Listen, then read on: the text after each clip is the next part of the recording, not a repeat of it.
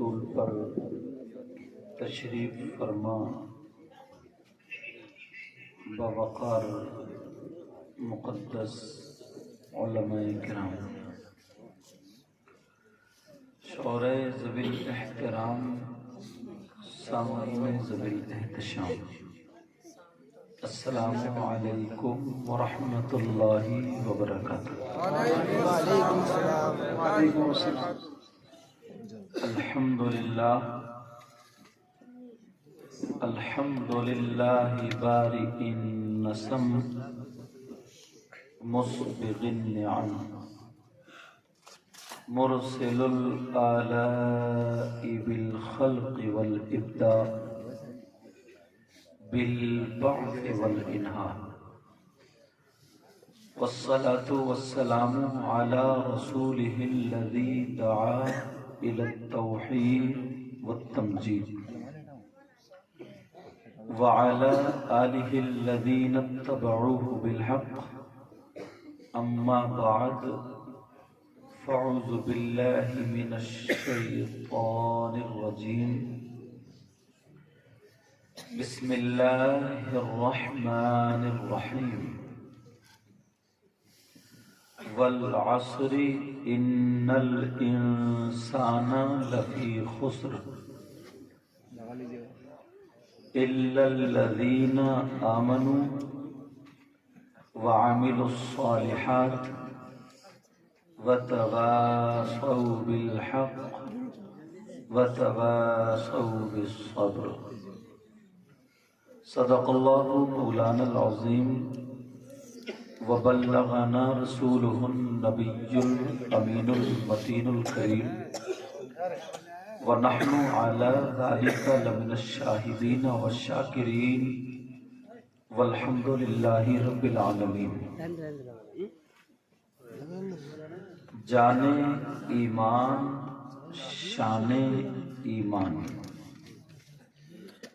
شان کائنات جان کائنات مقصود کائنات روح کائنات منبع کمالات فخر موجودات باعث تخلیق کائنات، مشکات نبوت مہتاب رسالت گنبد خضراء میں آرام فرمانے والے آقا، لمبے لمبے ہاتھوں سے بھیک دینے والے داتا جناب احمد مجتبی محمد مصطفیٰ صلی اللہ تعالی علیہ وسلم کی بارگاہ عالی شان میں غلامی کا ثبوت دیتے ہوئے پورا مجمع جھوم کر کے درود شریف کا نذرانہ پیش کریں۔ اللہم صلی علی سیدنا مولانا محمد وعلی آل سیدنا و مولانا محمد وبارک وسلم صلاۃ و سلام علیک یا رسول اللہ صلی اللہ تعالی علیہ وسلم۔ حضرات، آج کا یہ عظیم الشان پروگرام ایک بچہ آپ ہی کے مدرسے سے، جس مدرسے کا نام دارالعلوم فیضان الاسلام، الحمدللہ اللہ کے فضل و کرم سے مکمل حافظ قرآن، یہ بڑی دولت ہے۔ شاید مجھے جیسے یاد ہے اور بتایا، پتہ لگا، ابھی جو تقریر کر رہے ہیں حضرت علامہ مولانا غلام مرتضیٰ صاحب،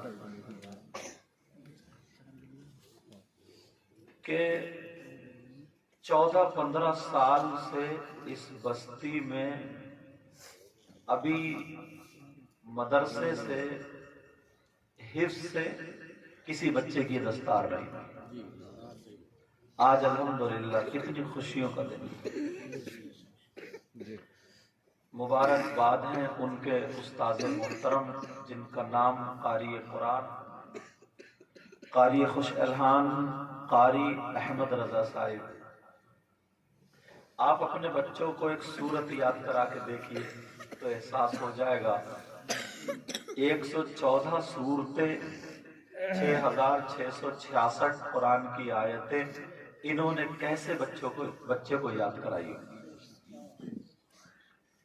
پوری دنیا اگر دولت کو ایک پلے میں رکھ کے تولے اور اس محنت کو ایک پلے میں تولے تب بھی وہ حق ادا نہیں کر سکتے. صحیح بتاتے ہیں. نقیب اجلاس پیکر محبت و اخلاص، بڑی اچھی نظامت اس وقت ان کو پسند بھی الحمدللہ بہت کیا جا رہا ہے. اللہ ان کے عروج کو دائم رکھے اور ترقی عطا فرمائے، تمام بخشے. میری تعریف میں بہت سارے جملے بولے اور میں بھی کرسی پہ بیٹھا ہوں، یہ آپ لوگوں کی محبتیں ہیں. کرسی پہ بٹھا دیا، آپ لوگ سمجھ رہے ہوں گے کہ سب سے اچھا میں ہی ہوں، مگر ایسا نہیں ہے. سوچ رہے ہوں گے کہ اتنے علماء بیٹھے ہیں، حضرت کو کرسی پہ بٹھا رہا، یہی ہے سب سے اچھا. ایسا نہیں ہے پیاروں. یار کوئی پتہ نہیں اس منبر شریف پر اس طرف سے لے کے ادھر تک کوئی نہ کوئی ایسا بھی بیٹھا ہو جس کی طرف لوگوں کی نظریں بھی نہ جا رہی ہوں، لوگ انہیں دیکھ بھی نہیں رہے ہوں، کیونکہ آگے آگے دیکھ لیتے ہیں نا. پتہ نہیں کون ایسا ہو، لوگوں کی نظریں ان تک نہیں پہنچ رہی ہیں، مگر وہ اللہ و رسول کی بارگاہ میں بڑے مقبول ہوں گے.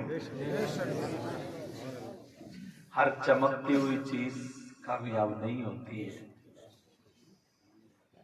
دعا کرو اللہ مجھے بھی اچھا کر دے. ان طالب علموں میں ہم ہیں، آپ ہیں، یا کچھ ایسے بھی ہیں جو راجستھان جیسی جگہ پر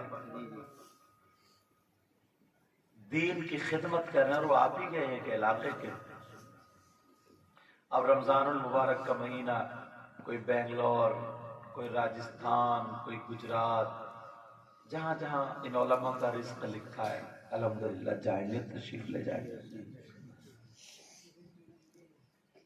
شیخ سعدی بھی یہی کہتے ہیں، لکھتے ہیں، ہم مدرسے میں پڑھے اور پڑھائے یہی ہے کہ ہر جنگل کو خالی مت سمجھو، پتہ نہیں کہاں شیر سویا ہوا ہو، چیتا سویا ہوا ہو، پتہ نہیں. ہمارے بزرگ ہیں، دیکھ رہے ہیں. مجھے اس لیے کرسی بٹھا دیا ہے کہ میں آج تھوڑی آپ سے گفتگو کرنے والا ہوں. دعا کرو اللہ مجھے حق بولنے، آپ کو سننے، ہم سب کو اس پر عمل کی توفیق عطا فرمائے. ساری عبادتیں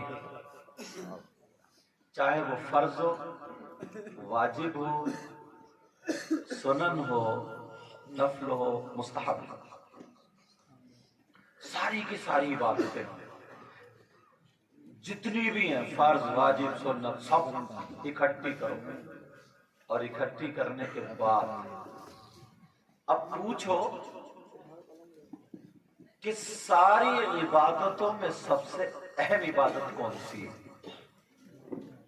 سب سے افضل عبادت، اچھی عبادت، بہتر عبادت کون سی ہے؟ ساری عبادتوں میں اگر مجھ سے پوچھو تو میری بات بھی غلط ہو سکتی ہے، آپ سے پوچھوں تو آپ کی بھی غلط ہو سکتی ہے، اور اگر نبی سے پوچھے تو کیا نبی کی بھی غلط ہو سکتی ہے؟ تو آقا سے پوچھتے ہیں. اللہ کے رسول صلی اللہ تعالی علیہ وسلم ارشاد فرماتے ہیں الصلاۃ اہم العبادات. نبی فرماتے ہیں تمام عبادتوں میں سب سے اہم عبادت نماز ہے.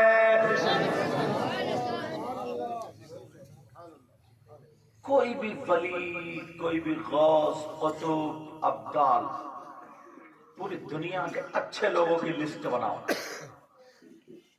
اچھے لوگوں کی، ایک بھی ایسا خالی نہیں نکلے گا کہ جو نماز سے خالی ہو. اور اگر نماز سے خالی ہے تو اچھا ہے ہی نہیں. اگر نماز سے ہاں یہاں پہ ایک چیز اور کہہ دیتا ہوں، نماز ہے کس پہ؟ عاقل، جسے ہوش ہو، عقل ہو، سمجھے، بالغ اور مسلمان، مرد اور عورت دونوں پر 5 وقت کی نماز فرض ہے۔ اگر کوئی اللہ والا حالت جذب میں چلا گیا، اس کی کیفیت بدل گئی، اسے اپنا ہوش و حواس نہیں، تو اب اس پہ شریعت کے احکام اٹھ جاتے ہیں۔ جیسا کہ آپ نے سنا ہوگا صابر پاک 12 سال گولڑ کی لکڑی پکڑے ہوئے کھڑے ہیں، اب کوئی یہ کہتے 12 سال کی فجر کی نماز کہاں گئی، ظہر کہاں گئی، عصر کہاں گئی، مغرب کہاں گئی، عشاء کہاں گئی، اور جس کی نماز چھوٹے ولی پھر کیسا؟ تو پھر میں یہ بھی پوچھوں گا 12 سال کوئی نہیں کھائے گا تو مر بھی جائے گا، ان کا صبح کا ناشتہ کہاں گیا، دوپہر کا کھانا کہاں گیا، شام کا کھانا کہاں گیا؟ سمجھ رہے؟ تو میں نے ایک بتا دیا، عاقل بھی ہونا اس کے لیے۔ اگر کوئی یہ مثال دے کہ صاحب وہ آپ نے ایسے سے کہا لیکن وہ اللہ کے ولی تھے، وہ مجذوب تھے، انہوں نے نماز نہیں پڑھی لیکن وہ ولی تھے، لیکن مجذوب کا جو لفظ آ گیا یہ ذہن رکھنا، اس لیے میں نے صاف کر دیا۔ جیسے سیدنا شاہ حافظ جمال اللہ کے ان کے بارے میں آتا ہے، شاہ درگاہ میں ولائی کے بارے میں آتا ہے، شکار کو گئے کھڑا کر دیا، کھڑے رہے وہیں، تو اتنے دنوں کھڑے رہے تو ان کی نمازیں کہاں گئی، پھر نمازیں گئی تو پھر ولی کیسے؟ تو کھڑے کیسے رہے، کھایا کیوں نہیں، پیا کیوں نہیں، بیٹھے کیوں نہیں، سوئے کیوں نہیں، لیٹے کیوں نہیں؟ حالت جذب میں تھے، تو اس وقت شریعت کے احکام اٹھ جاتے ہیں۔ لیکن یہاں پہ ہوش و حواس کی بات چل رہی ہے، ٹھیک ہے؟ اللہ کے رسول صلی اللہ تعالی علیہ وسلم فرماتے ہیں تمام عبادتوں میں سب سے افضل اور اہم عبادت نماز ہے۔ سبحان اللہ، ایک موٹی بات، بڑی بات، ہم سب لوگ جنت کے لیے کام کرتے ہیں، کہتے ہیں کہ جنت ہی ہونا، جنت ملے گی، جنت ملے گی، لیکن نیت یہ رہنی چاہیے اللہ اور رسول کی رضا کے لیے کام کرو، سمجھے؟ مگر سیدنا حضرت ابو بکر صدیق رضی اللہ تعالی آقا کے پاس آئے، آقا بولے ابو بکر، جی آقا آپ جنتی، کیا جنتی؟ لو جنت کی بشارت۔ اور اگر نبی جس کو جنت میں لے جائیں تو کوئی مولانا روک پائے گا؟ کوئی مفتی صاحب روک پائیں گے؟ کوئی ہے مائی کلال جو روک لے گا اگر نبی جس نے کہتے کہ جنتی ہے؟ نبی نے کہا عمر تم جنتی، عثمان تم جنتی، علی تم جنتی، عشرہ مبشرہ 10 صحابہ کو جنت کی بشارت دی، اور وقتاً فوقتاً جیسا موقع محل ہوتا گیا صحابہ صحابیات کو بھی آقا جنت کی بشارت دیتے رہے۔ مگر پوری تاریخ اٹھا کر کے دیکھ لو کوئی بھی مولوی نہیں بتا سکتا۔ ابو بکر صدیق کو جب کہہ دیا جنتی ہے تو اتنا موٹا تکیہ لگا کے لیٹ جانا چاہیے، اب تو ہم جنتی ہیں، اب نمازیں پڑھ کے کیا ہوا، اب تو ہم جنتی ہیں، اب تو کچھ بھی کریں نبی نے کہہ دیا تو جنتی، کچھ بھی کرے اگر نبی نے کہہ دیا تو جنتی۔ مگر تاریخ اٹھا کر کے دیکھو سیدنا ابو بکر صدیق رضی اللہ تعالیٰ عنہ کی اس فرمان کے بعد بھی کبھی نماز نہیں چھوٹی، کسی صحابی کی نماز نہیں چھوٹی۔ کیوں نہیں چھوٹی؟ اس لیے نہیں چھوٹی، انہیں معلوم تھا، دوسری حدیث بھی سامنے تھی، وہ اپنی جان قربان کرتے تھے، صحابہ تھے، انہیں حدیث ان کے سامنے تھی، نبی کا فرمان الصلاۃ قرۃ عینی، یا پھر قرۃ عینی فی الصلاۃ، نماز میں میری آنکھوں کی ٹھنڈک ہے۔ سمجھ آگے؟ نماز میں میری آنکھوں کی ٹھنڈک ہے، یہ بھی تو تھا۔ ہاں بیٹا، لیکن ہر چیز کا نا بیٹا موقع محل ہوتا ہے۔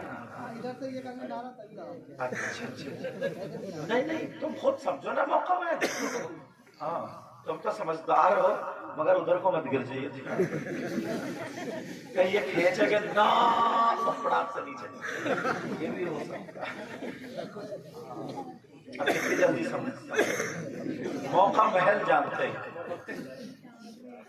انہیں موقع محل کا تھوڑا کم پتہ رہتا ہے، یہ نعرہ کہیں بھی ٹھوک دیتے ہیں۔ ایک مولانا صاحب تقریر کر رہے تھے کہ فلاں صاحب کی اماں کا انتقال ہو گیا، نیچے سے بولے سبحان اللہ۔ تو بیٹا موقع محل سمجھتے ہو نا، فون دیکھ رہے ہیں آپ، کمپنی بند یہ والی آئی فون پیچھے سے، لیکن چلو توجہ ذرا میری طرف۔ اچھا خاصا موضوع چلتا ہے مگر بندہ کھینچ کے لیا۔ کلمہ شریف پڑھو، لا الہ الا اللہ محمد رسول اللہ صلی اللہ تعالی علیہ وسلم۔ اور ایک بات بتا دوں، میری تقریر کے بعد ان کی نعت شریف ہوگی انشاءاللہ۔ اب کلیجے کو ٹھنڈک پڑی نہیں، ورنہ یہ مولانا لوگوں سے لڑتے ہی رہتے، ایک تو میری نعت نہیں پڑھوائی اور پھر نعرہ بھی نہیں لگوا رہے۔ توبہ پڑھے میرے ساتھ پڑھیے، استغفر اللہ ربی من کل ذنب واتوب الیہ، لا الہ الا اللہ محمد الرسول اللہ صلی اللہ تعالی علیہ وسلم۔ جب بھی موقع ملے گا توبہ کرتے رہا کریں۔ ایک حدیث شریف میں آتا ہے، میرے آقا صبح سے شام تک 70 مرتبہ اللہ کی بارگاہ میں توبہ کرتے تھے، اور ایک حدیث میں 100 کا بھی ذکر آتا ہے کہ 100 مرتبہ آپ استغفار پڑھا کرتے، اللہ کی بارگاہ میں توبہ کیا کرتے۔ اب تھوڑا سا ایک سوال ہوتا ہے پیارے، توبہ کا مطلب ہے معافی مانگنا غلطیوں سے، تو معافی کون مانگتا ہے؟ جو گناہگار ہوتا ہے، جو غلطی کرتا ہے۔ توجہ نا، تھوڑی سی سن لینا، معافی کون مانگتا ہے بیٹا؟ جو غلطی کرتے۔ آپ جا رہے کسی کو ٹھوکر لگے، معاف کر دو بھائی، اب تو اتنا لفظ ہے نہیں، سیدھے سوری خلاص۔ لیکن معافی کون مانگتا ہے؟ جو غلطی کرتا ہے، جو گناہگار ہوتا ہے وہ معافی مانگتا، توبہ کرتا ہے۔ بولو ہے کہ نہیں؟ مگر ہمارے آقا سر سے لے کر پاؤں تک گناہوں سے پاک، معصوم عن الخطا، پھر معافی کیوں مانگ رہے ہیں؟ توجہ ہے، اعتراض سمجھے، پھر میں جواب دوں گا، بیٹا بات مت کرنا۔ اللہ کے رسول صبح سے شام تک معافی مانگ رہے ہیں، 70 مرتبہ اور 100 مرتبہ کا ذکر آتا ہے، تو نبی تو گناہگار نہیں، گناہوں سے پاک ہے، معصوم عن الخطا، تو پھر معافی کیوں مانگ رہے ہیں؟ کچھ حدیثیں تعلیم امت کے لیے، کس کے لیے بولو؟ تعلیم امت کے لیے۔ مطلب یہ اس کا تاکہ امت کو سبق حاصل ہو جائے، امت کو علم حاصل ہو جائے، امت کو تعلیم مل جائے، آگاہ ہو جائے، تاکہ پتہ چل جائے میرے نبی صبح سے شام تک اس لیے معافی مانگتے تھے، توبہ کرتے تھے، تاکہ نبی کے امتی سمجھ جائے جو نبی سر سے لے کر پاؤں تک گناہوں سے پاک ہے، تو وہ تو 100 مرتبہ اللہ کی بارگاہ میں معافی مانگے، اور ہم سر سے لے کر کے پاؤں تک گناہوں میں پھنسے ہوئے ہیں، رکتا رکتا پھنسا ہوا ہے، وہ 100 مرتبہ مانگتے تھے، ہمیں کتنی مرتبہ مانگنا؟ اس لیے تعلیم امت کے لیے اللہ برکت عطا۔ آج آدمی اتنا خود غرض ہو گیا نا، اتنا خود غرض کے وقت مجھے کسی کی اولاد نہیں ہے، آئے گا تو حضرت دعا کر دیو اولاد بچے، پتا چل جائے کوئی حضرت آؤ، کسی کی بیٹی حضرت اللہ بچے، دعا کر دیو حضرت بیٹا ہو جائے، دعا کر دیو حضرت طبیعت خراب ہے، دعا کر دیو اللہ برکت دے، دعا کر دیو حضرت کام اچھا نہیں چل رہا، سارے لوگ دعا کرانے آتے، آج تک اللہ کا بندہ ایک بھی ایسا نہیں ملا الا ماشاء اللہ کسی نے رو کر کے ہاتھ پکڑ کے یہ کہا حضرت میری گناہوں کی مغفرت کے لیے، گناہوں سے توبہ کے لیے دعا کر دیجئے اور میرا خاتمہ ایمان پر ہو جائے، یہ دعا کر۔ ایک بھی ایسا نہیں آیا کہ میرا خاتمہ ایمان پر ہو جائے۔ ایسا لگتا ہے نا جیسے نیکیوں سے گودام بھرے ہوئے۔ قرآن کی ایک آیت اٹھاتا ہوں تو پتہ چلے گا، توجہ رکھنا۔ کوئی پوری سمودیہ میں ایک شخص ایسا ہو جس پہ اللہ کی لعنت برس جائے، کسی شخص پہ اللہ نہ کرے ایسا ہو، لعنت برسے، بتاؤ وہ کامیاب ہو سکتا ہے؟ اور 10 مرتبہ اگر لعنت پڑ جائے ایک دن میں تو کامیاب ہو سکتا ہے؟ 50 مرتبہ؟ تمہارے یہاں سمودیہ میں کوئی ایسا ہے؟ کوئی بات نہیں، میرے ہی گلا خراب ہے، کیوں میں بھی بنگال سے آ رہا ہوں، اللہ برکت دے۔ لیکن سنو، سمودیہ میں ڈھونڈو کوئی ہے ایسا جس پہ اللہ کی لعنت برسے؟ مگر پیارو قرآن کی سن، قرآن پڑھو، آیت دیکھو، یہ حافظ قرآن ہوئے نا، اب ذرا قرآن کی آیت دیکھو۔ بسم اللہ الرحمن الرحیم، لعنت اللہ علی الکاذبین، جھوٹوں پر اللہ کی لعنت۔ کس پہ بولو؟ اور پوری دنیا غلط ہو سکتی ہے، میرا، ان کا، تمہارا، سب کا کہنا غلط ہو سکتا ہے، مگر اللہ کا فرمان غلط کیا ہو سکتا ہے؟ کیا اللہ کا فرمان غلط نہیں؟ اللہ فرماتا ہے جھوٹوں پر اللہ کی لعنت۔ اب ایک مرتبہ اپنے آپ کو دیکھو، صبح سے شام تک اگر 200 مرتبہ بول رہے تو اس میں 50 مرتبہ جھوٹ بول رہے ہیں، بولو ہے کہ نہیں؟ اب اللہ کی لعنت۔ اور جو ریا بچا اس موبائل نے جھوٹ بلوا دیا، اور اس میں تم ہی نہیں، اس میں مولانا بھی پھنس گئے، اس میں حضرت معاف کرنا مولانا لوگ بھی پھنس گئے۔ ہلو حضرت کہاں پہنچے؟ ہے رامپور میں، تو بتا رہا دلپت پور۔ یہ سچ ہے کیا؟ یہ بھی جھوٹ ہے۔ حضرت کہاں پہنچ گئے؟ حضرت ہے سوار میں، تو بتا رہا جو گاؤں ہے رسول پور وغیرہ، کھیمپور وغیرہ، جو بھی نام وہاں۔ یہ جھوٹ نہیں ہے کیا؟ آپ سے پوچھا کہاں ہو؟ دکان پہ ہو یار، مکان پہ ہو یار، جھوٹ۔ ہنسی مذاق میں جھوٹ 50 مرتبہ ہر انسان جھوٹ بول جاتا ہے، کبھی اپنا حساب لیا؟ اللہ فرماتا ہے جھوٹوں پر اللہ کی لعنت۔ اب تمہیں اگر لعنت سے بچنا تو زبان پہ کنٹرول کرنا پڑے گا۔ آپ لوگ کیا سمجھتے ہیں زیادہ بولنے میں، پڑ کرنے میں عافیت ہے؟ کم بولنے میں عافیت ہے۔ صحیح بات، کم بولنے میں عافیت، جھوٹوں پر اللہ کی لعنت۔ مگر کوئی نہیں دیکھتا اس چیز کو، کوئی نہیں غور کرتا۔ قرآن کی ایک ایک آیت اٹھاتے جاؤ اور اپنے آپ کو ذرا دیکھتے جاؤ، ایک ایک آیت، صرف قرآن کی آیت ہے، یہاں سے لے کر کے یہاں تک پورے سارے لوگ ہیں۔ کوئی بھینس آپ لوگ کاٹ کے کھاتے ہو، حلال و جائز ہے؟ بھینس اگر یہاں پہ مری ہوئی پڑی ہو، کوئی کھائے گا اسے؟ ارے بولو، مردہ بھینس کو کھائے گا کوئی؟ بھینس اگر مری ہوئی ہو تو کوئی نہیں کھائے گا۔ گائے مری ہوئی تو نہیں کھائے گا، بکرا مرا ہوا تو نہیں کھائے گا، مرغا مرا ہوا تو نہیں کھائے گا۔ بولو کھا سکتا ہے؟ نہیں کھا سکتا۔ اور اگر کسی کا سگا بھائی مرا ہوا لیٹا ہو تو اپنے سگے مرے ہوئے بھائی کا گوشت کھائے گا؟ بولو، سگے بھائی کا گوشت نہیں کھائے گا۔ اور اگر تمہیں کوئی کھاتا ہوا مل جائے پھر اس سے دوستی کرو گے؟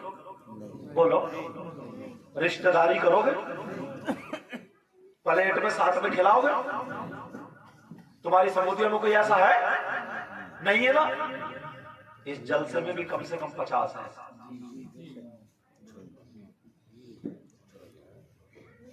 کم سے کم 50۔ آپ کہو گے ہم نے تو نہیں دیکھا آج تک۔ میری بات غلط ہو سکتی ہے مگر قرآن غلط نہیں ہو سکتا۔ قرآن کی آیت پڑھوں گا بھی، آیت بتاؤں گا۔ اگر آیت غلط پڑھوں گا تو یہ علماء فوراً پکڑ لیں گے۔ نام بتاؤ۔ اب سوچ رہے ہو یار نام کا مجھے بھی پتہ نہیں ہے، مگر تمہیں اپنا پتہ، مجھے اپنا پتہ۔ جی جی بے شک بے شک بے شک بے شک۔ کون ہے وہ جو مرے ہوئے بھائی کا گوشت کھاتا ہے؟ یار کتنا خراب انسان ہوگا، کتنا برا انسان ہوگا۔ آج اگر کوئی ایسا ہو تو توبہ کرے گا؟ انشاءاللہ۔ بسم اللہ الرحمن الرحیم۔ ولا یغتب بعضکم بعضا ایحب احدکم ان یأکل لحم اخیہ میتا فکریہتموہ۔ ترجمہ جا کے اٹھا لو نا، موبائل کا دور ہے، دیکھ لینا، ترجمہ اٹھا کے دیکھ لینا۔ اللہ فرماتا ہے اگر کوئی آپس میں غیبت کرتا ہے، چغلی کرتا ہے، پیٹ پیچھے برائی کرتا ہے، اب کتنے تمہیں غیبت کرنے والے مل جائیں گے؟ کتنے غیبت کرنے والے مل جائیں گے؟ سبحان اللہ۔ اور تم ہی نہیں، اب یہ بیماری ہمارے مولاناؤں میں بھی آ گئی ہے۔ 3-4 اکٹھے ہو کے بیٹھیں گے اور ایک کو رفتانا شروع کر دیں گے، اور وہ ہے بھی نہیں۔ ایک بات کہہ دوں یار، برا نہ لگے مگر معاف کر دیو، سب جگہ ایسے نہیں ہے۔ اتنا حسد نہ پورے گاؤں میں نہیں ہوتا جتنا 2 مسجدوں کے اماموں میں۔ ایک امام دوسرے امام کی طرف نہیں جاتا دعوت کھانے، بہت اچھا لگ رہا ہے، بولے بہت اچھا کام کر رہے ہو، ارے کر رہے ہیں کام۔